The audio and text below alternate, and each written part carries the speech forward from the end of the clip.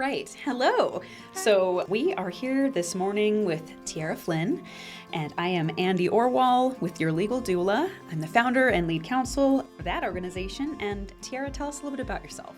Lead counsel? That's so official. Fancy. I love it. My name's Tiara, and I am the phenomenal mama. I'm a full spectrum doula, so birth, postpartum, all the things. Yeah. Yes, and Tiara was my doula, so it's a very special bond that we've got. One of the reasons I wanted to start working with Tiara versus any of the other lovely doulas that were available in Las Vegas is because she is politically connected. And not just connected, motivated. Yeah. And to me, having someone who is aware of the bigger picture, not just what I want, but how do you make birth better for everyone? Yeah. And I wanted to do work in that area. Yeah. And so my daughter's 3 and almost a half. I can't believe that. It's an outrage. I can't believe it. So we'll just skip ahead. And otherwise I will cry. I know. I was thinking last night about our first meeting. Do you remember? I do. We were at Starbucks outside. Yeah. That was when I first did consult in person. Now they're all virtual. Oh, yeah. We were like just moving right along. Like we had been knowing each other for years, talking for, it was really, really, really good. Yeah.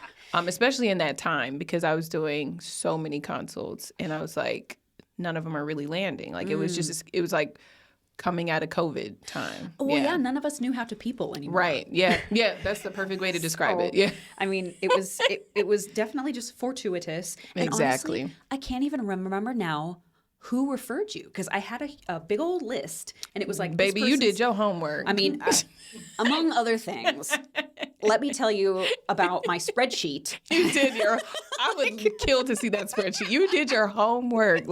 And I don't even think you told me you were a lawyer, right? Maybe you did right away. But I think I remember leaving and I called one of my other doula friends or somebody in the birth space. I don't remember who exactly it was, but I was like, she's going to be on it because she's a lawyer. But I didn't get vibes that you were going to be on it in a bad way. I just was like, she's just going to be on her stuff. When it comes to advocating, all of it. It was such a good meeting.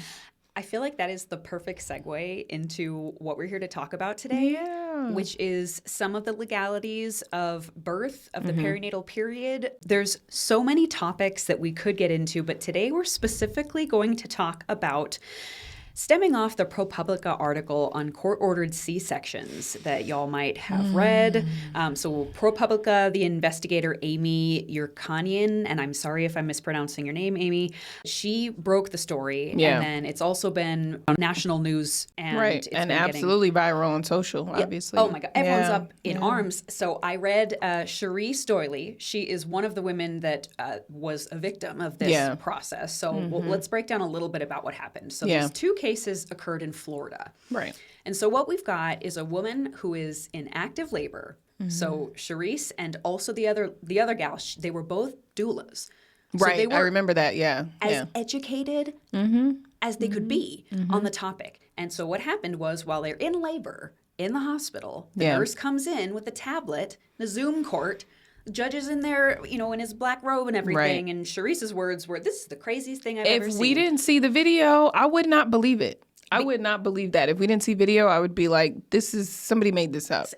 How? Insane. How could this possibly happen in the year? I think that occurred in 2024. Yep. Yeah. And then the year before or the year before that. So this has happened twice in the state of Florida. Right. Now, the troubling thing about this is it's not just Florida, because this could so easily be a Florida woman is blah, blah, blah. The news headline. This is not an Onion, article, however. This is real life. Right. And we've got not only Florida, but a couple of these other states where there has been intervention from the court while a woman is going through her prenatal care, her labor. Yeah. So that's kind of what we're here to discuss today. Yeah. And Tiara, I want to ask you, when you first heard of this, well, first, where did you first hear of this, if you remember? Was it social media for sure. I think I saw the viral video. Y'all know I be in them TikTok streets. And so I think I saw it on TikTok first. And I kept seeing, like you said, the tablet. And I'm like, is this AI? Is this real? Because there was more people, there was more boxes on the screen. So I think that was the first place that I saw it. Okay. Yeah. And so as a doula, someone who works in this space, yeah, what was your first reaction? Shock. Yeah. And then, of course, I was angry seeing that it was a Black woman. Yeah, I was very shocked. I'm still shocked. Yeah. I'm still shocked, yeah. So I know Tiara is very familiar with this statistic, and most of the rest of you will be as well. But the Black maternal health crisis is that we have mothers dying at 2 and 3 times the rate of white everyone mothers. else. Yeah. I mean, and it's you've seen some of the federal legislation that's trying to go through right now, and a lot of good folks who are trying to make sure that we're aware. This is the other thing. I'll step back even. The U.S., our wonderful country, has some of the worst maternal outcomes in the developed world. Some of the worst. I would say the worst, because if we're supposed to be so advanced and we have all the money and we're so great and we're so awesome, we should not even be on the list, the bad list at all. And yet, we don't have paid federal maternal leave guaranteed. Some of the states are starting to adopt this, but our policies are just not in place to support mothers. Yeah. And so this is one of the places this shows up. Yeah. And so, the CDC, this is from the CDC, 1 in 5 women are experiencing mistreatment during childbirth. Yeah. That's 20% of us. Yep. And so probably when we go into these other demographics, moms who don't speak English as a first language, Black mothers, mothers of immigrant family, there's so many different things that make it more likely that the medical industrial complex is not going to treat you right. It's multi-layered. I mean, and I don't want to go off on that tangent, but it's historically baked in, right? For Black women specifically. So when I got into doula work, it was like, I just want to help moms. And, I thought I was going to go, I don't even know the best way to say it, like go at it the normal way. Like I'm here to support you and hold you and do comfort measures and breathing.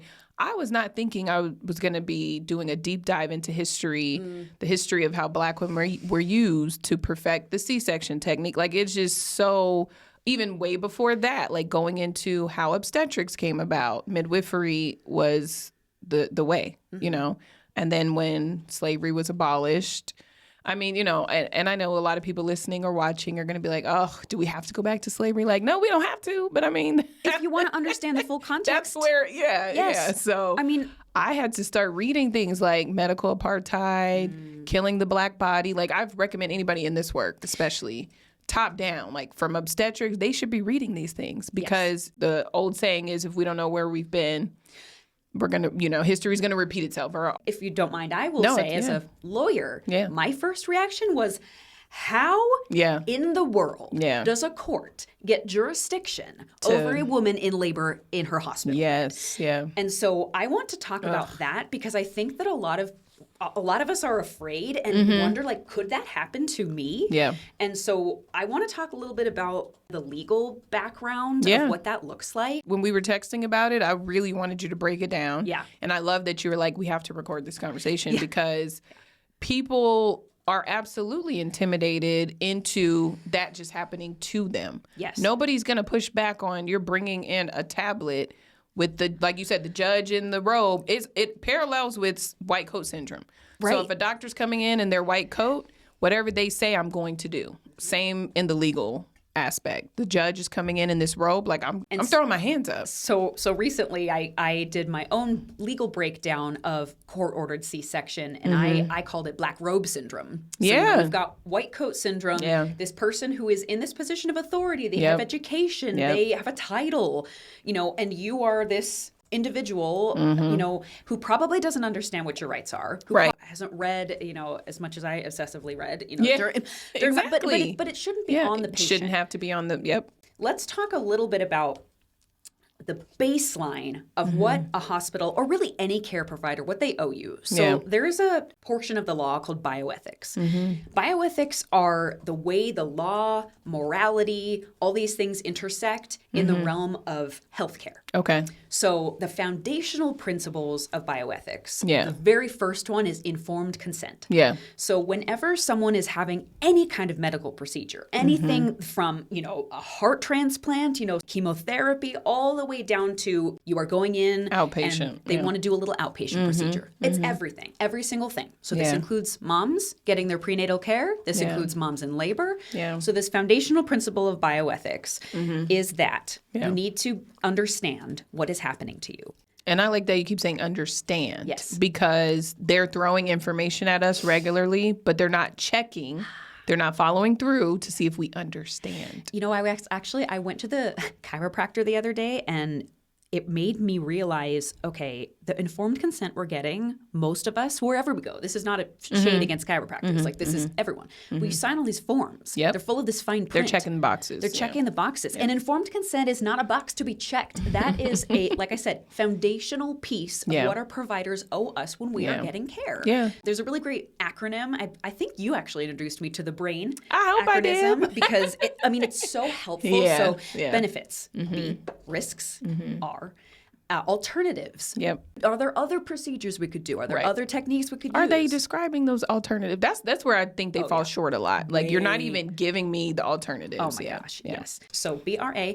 I is intuition. I love it because intuition, as women, we're not encouraged to rely on our intuition very much. We're kind of made to think that, like, oh, well, the doctor knows best. Yeah. The textbooks and the policies and all these things. And yes, of course, those are important. But our intuition, what was our body saying? You were the one that has to live with the decision. Right. For the rest of your life. Well, and also you're the one that's feeling it. Yes. I know I go through this in prenatals with everybody, so I'm sure I did that with you, like you said, with brain, but also just saying, like, I don't care how long you've been in school. I don't care how many books you've read. You can't tell me what I'm feeling in this moment. Right. So if I tell you my left foot is itching and you're telling me it shouldn't be, I don't care what you say shouldn't be happening. I'm telling you it's happening.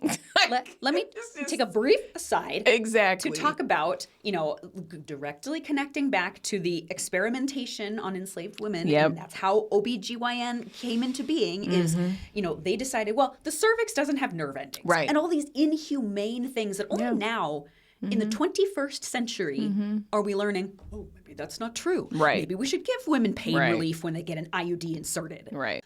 I'll rate it because I will go off. No, like you said, off. That could be a whole nother one where we would literally have to write down every single thing and say, this is where this line draws to, like you said, how they can usher in an iPad. Exactly.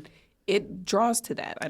There's no other way around it. Yeah. It does. Yeah. It's this very patriarchal, these people that have the power and are abusing the power. And I will say this as an attorney, quote me, like they're this abusing judge the power. Yeah. and these attorneys abused their power. Wow. Yeah. They did. Yeah. And so let's go back into that a little bit. So intuition. Intuition and then nothing. Nothing. What if I do happens nothing? if we do nothing? And so here's my tiny other little rant about birth in the media. Is that birth tends to be shown as this emergency. It's always a medical emergency. Yeah. And so women have this conception that, well, we need to hurry up and rush to the hospital and rush to make this decision. And birth is a physiological process that, yes, sometimes we need medical intervention. Yeah. I needed an emergency C-section. Right. Okay, I'm not saying that we do not need these things. Right. We do, when it's appropriate. When it's appropriate. And I was going to say, even in your situation, I know you posted your birth story. I won't give details. Sure, thank you. But the progression towards the emergency C-section was like, I say this to all my clients. If they're coming in and they're discussing and not directing, you still have options. And I learned that in like one of my first doula trainings. The doula that was teaching it, or whoever was teaching it, she said that, and I was like, write that down, because that's just the simplest way to put it. So I remember in your case, we were able to have those moments because you stood so firm in, okay, they're telling me this. We kind of made eyes, me, you, and mom. Yeah. And then when they left the room, it was, what do you feel? Back to your intuition. Yeah.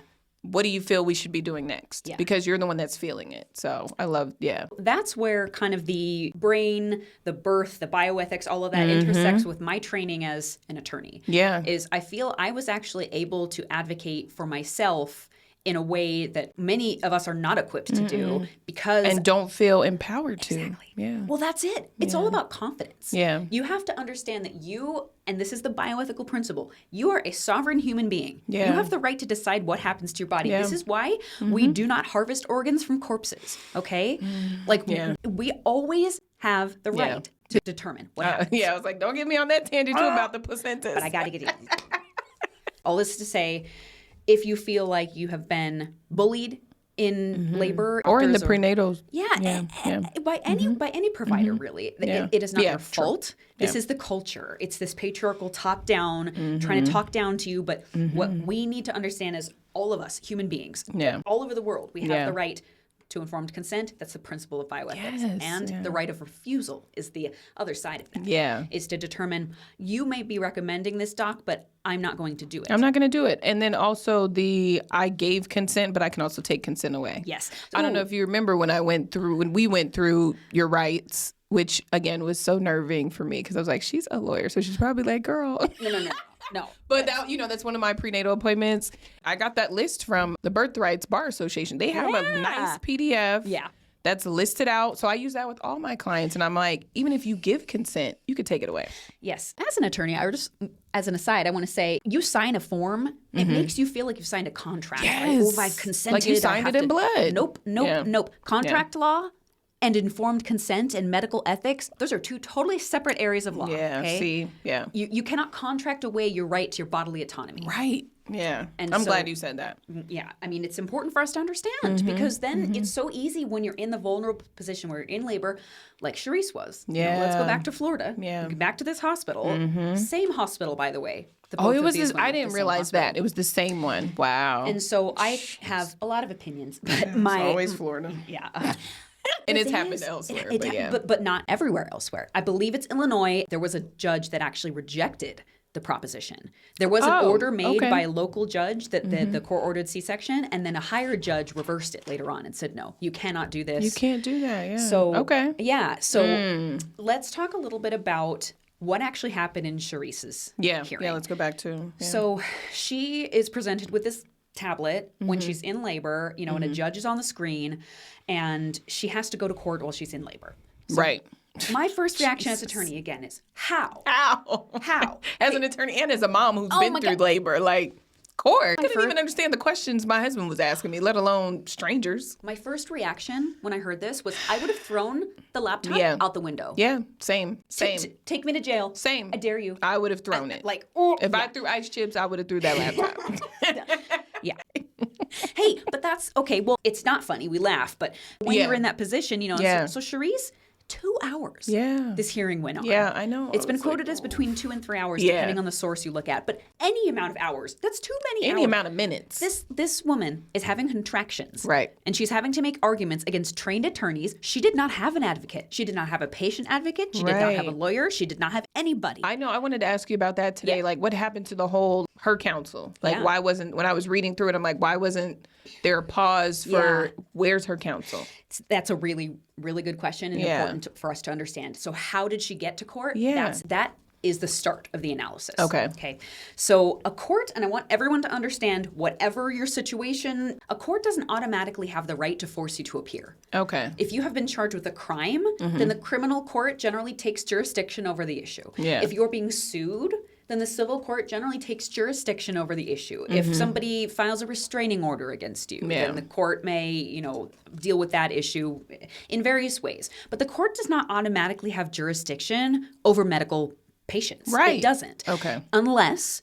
So that there's two basic ways. The one is if you are declared incompetent, like you are having some kind of mental break and you you are a danger to yourself or others. That's one method. Right. That's called an involuntary psych hold. So basically you are put under the jurisdiction of the court for your own physical safety and for the physical safety of other folks. Yeah. So when I first heard this story, I was thinking, did they try to declare something? What? What happened? Thank goodness that's not the case. Okay. But what happened is still, again, quote me, this is people misusing legal power. And so basically the hospital's doctors got with the hospital's attorneys and they decided to petition the state, so the state of Florida, their state attorneys, to go to a judge and ask for what's called declaratory relief. So that an emergency petition for declaratory relief is you are asking a judge to order that something happen or not happen. And it's on an emergency basis. So there's going to be some great harm unless this is granted within a certain amount of time. Now, I'm nosy. And I went to the county court website and I looked up all the papers. I pulled everything that I possibly could. And the actual petition is filed under seal. So I have never read it. Okay. Nobody that I know, I cannot get a copy of it. Right. But that would be where the hospital's attorneys' arguments would have lived. We would have seen them in that petition. But it's sealed. But it's sealed, so obviously, we don't know what it says. Would it normally be public? Well, no, because this is a medical, so there are HIPAA issues. But Charisse has specifically waived HIPAA in this event. Yeah, because she wants people to know. She wants people to be aware. Yeah. So this is it's very delicate. It's all, there's so many aspects of this that go, and, for the most part, people are trying to do their jobs. Like, the hospital's doctors trying to do the hospital lawyers have to protect their client. Right. Yeah. I mean, it goes back to what you said earlier about what we've been conditioned to believe. And I also say this to my clients when I first meet them. Regardless of what your choices may be, because I'm going to support them. If you come to me day one and you say, I'm going to have a C-section because I just want to get it done with, I'm going to chuckle inside and be like, girl, that recovery. But I've had moms that are like, I just want to get back to work. And I'm like, okay. And we're going to talk through the choices. But it goes back to, and I share with all my families, I'm like, when you watch a TV show, how do you see a mom go into labor? Water breaks, like you said. Now we're being rushed in a wheelchair or an ambulance in some TV shows and movies. Like, I would have never known. I was like you when the first time I got pregnant. I'm like, I'm going to start researching this because I had a fear of I've never stayed overnight in a hospital. I don't want to be at that. Like, the hospital alone for me wasn't a place that I just wanted to spend time. To me, my brain was you go to the hospital when you're really, really sick and you're about to die. It was a very dramatic perception that I had about hospitals. So I had to do my research. Being in the hospital in the first place, we were talking about that earlier, like it's already step one down the road of like, it's chipping away at our autonomy. Yes. Yeah. Exactly. Yeah. Exactly. And so then the hospital's attorneys, which again, as you said, are trying to protect their client, which is the hospital. They're trying not to get sued. Right. At the end of the day. That's their job. Like you said, some people were just doing their job. They're just, however, let's talk about the doctors in that position. And I do believe that most physicians care deeply about their patients and they want them to have good outcomes. However, we talking about this earlier as well, is that OBGYNs are trained surgeons. So their go-to, anything's wrong, let's do a C-section. Well, let's even think about, again, like what most first-time moms might not be aware of. You will not see that OBGYN until you're at 10 centimeters or you're about to have a C-section. So like you said, they're either there for surgery or they're there in case mom needs a few stitches. Because I've had clients tell me, I have a great relationship with my OB. And I'm like, that's great. I love that. And I love that you have great prenatals. I want to give you a heads up. They will not be there for majority of the time that you're in labor. And that usually 9 times out of 10, they're like, what? Yeah. Excuse me? Yeah. I'm like, if they're there at all. Yeah. My first OB, she was in Hawaii. Living her best life. Hey, these babies do not listen to our calendars, okay? Right. They are going to come when they're going to come. Yeah. And keeping that in mind. Yeah. As we examine this issue of what happened to this woman is just medically, it's indefensible. And I will tell you why. Yeah. Because the OBGYNs, they are ethically obliged to follow the bioethical principles. So in my birth rights course, I actually break down where all these laws come from. But basically, the hospital's doctors, it is on them to make sure they're following the ethics. And so ACOG, the American College of Obstetrics and Gynecology, they have a specific ethical policy that states mandated C-sections of any kind are always ethically indefensible. Always. Oh, that's what ACOG says. That's what ACOG says. And so when the hospital's attorneys are on this Zoom court talking to this judge and they're saying, well, ACOG recommends blah, blah, blah, blah, blah when it comes to multi-time C-section mom. Oh, yeah, because we didn't say that. She was attempting a VBAC. Correct. Vaginal birth after C-section for people that aren't familiar. But was it her third? I think it was her third or fourth. Yeah, she had a few. Yeah. Which is why she didn't want to have another one. Yeah, exactly. Yeah. Well, right, because as we talked about, C-section recovery is no walk in the park. Oof. I mean, and you have multiple C-sections. And the time in between was far, if I remember doing the deep dive into her story. The concern wasn't she just had a C-section. Right, yes, right. Yeah. And so, whatever ACOG says, and I don't, I'm not a doctor, don't take your medical advice from an attorney, okay? Yeah. But, what the policies they were talking about when it comes to multiple time C-section moms, the thing they neglected to mention, which in my opinion is a violation of those attorneys' ethical duties of candor to the court. Because if they're using ACOG guidelines and they neglected to say that ACOG says that mandated C-sections are ethically indefensible, that's the foundational lie. I'm sorry, it's a lie. They should have known. So they knew they were lying. They knew they were lying. Gotcha. I mean, and so the thing is this entire hearing is not available. Like there are snippets of it on the I kept looking. Yeah. I'd love to watch. I'd love to. I mean, just to help me understand how this happened. So this lady, again, doesn't have an attorney, is there arguing against all these attorneys that are not telling the court the full truth. And as an attorney, that is truly offensive to me. That is why my profession doesn't always have the best reputation. Is because if folks are going to lie on the record to the court, to a woman. Just to win. Just to win. Yeah. Okay. Yeah. And so the reason she did not have counsel, so back to that question. Yeah. So the emergency petition that her matter was filed under, which by the way was called in re, which is the way we start most things, so in reference to Okay. the unborn child of Sharice Doyley. Not even in reference to Sharice Doyley. So even that, which I know we can't go down that we would. rabbit hole, but why are you neglecting the person that already exists here? She exists the here. born person. The born She's person. already It has 3 other children waiting for her at home. Oh my gosh. And she needs to be able to take care. Okay. It's like a laugh to keep from crying, I promise. 'Cause otherwise, Yeah. my head will explode. Or snapping. Exactly. Yeah. I decided not to swear on this podcast. I was proud of you. Yeah, you know me. Exactly. I mean, okay. So Sharice did not have an attorney because under that kind of petition, under that kind of operation of the way she got to court, there's no constitutional right to representation. So when you are charged with a crime, there's always a constitutional right in the United States to have counsel I representation. know. I'm like, I watch the TV shows and stuff, and they say if you can't afford an attorney, one will be appointed to you. But yeah, I watch SVU.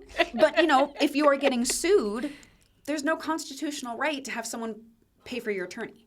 You got to pay for your own attorney. Right, because it's civil, civil, not criminal. Yes. So this is a I'm civil a matter. lawyer, yeah. And I think it's garbage, but, this is why this news article is provoking the outrage that it should. Yeah. Is because to realize that her bioethical, rights, her human rights to bodily integrity, to the right of refusal, to informed consent, all of it is being just thrown violated. Violated. Yeah. And